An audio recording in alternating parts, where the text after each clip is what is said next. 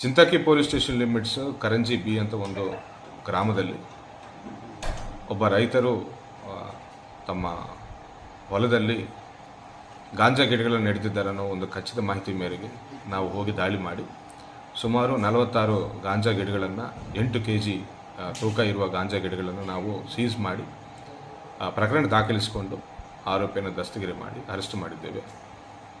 ಈ ಬಾರ್ಡರ್ ವಿಲೇಜಸ್ಗಳಲ್ಲಿ ಗಾಂಜಾ ಬೆಳೆಸಿದರೆ ಪೊಲೀಸರಿಗೂ ಗೊತ್ತಾಗೋದಿಲ್ಲ, ಕದ್ದುಮುಚ್ಚು ಮಾಡಬಹುದು ಅಂತ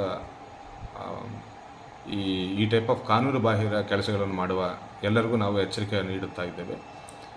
ನಾವು ಮಾಹಿತಿ ತೆಗಿತಾ ಇದ್ದೇವೆ. ಖಚಿತವಾಗಿ ಇಂಥವರ ಮೇಲೆ ಕಠಿಣ ಕ್ರಮ ಜರುಗಿಸಲಾಗುವುದು ಅಂತ ಹೇಳ್ತಾ ಇದ್ದೇನೆ. ಮಾದಕ ವಸ್ತುಗಳಿಂದ ದೂರವಾಗಿರಿ ಅಂತ ನಾನು ಹೇಳ್ತಾ ಇದ್ದೇನೆ. ಈ ರೀತಿ ಮಾಹಿತಿ ಗೊತ್ತಾದ ತಕ್ಷಣ ನಮಗೆ ತಿಳಿಸಿ ಬೀದರ್ನ ಡ್ರಗ್ಸ್ ಮುಕ್ತ ಜಿಲ್ಲೆ ಮಾಡಬೇಕಂತ ನಾವು ಪ್ರಯತ್ನ ಮಾಡ್ತಾಯಿದ್ದೇವೆ. ದಯವಿಟ್ಟು ನಮಗೆ ಕೈ ಜೋಡಿಸಿ ಅಂತ ಬೇಡಿಕೊಳ್ತಾ ಇದ್ದೇವೆ. Thank you.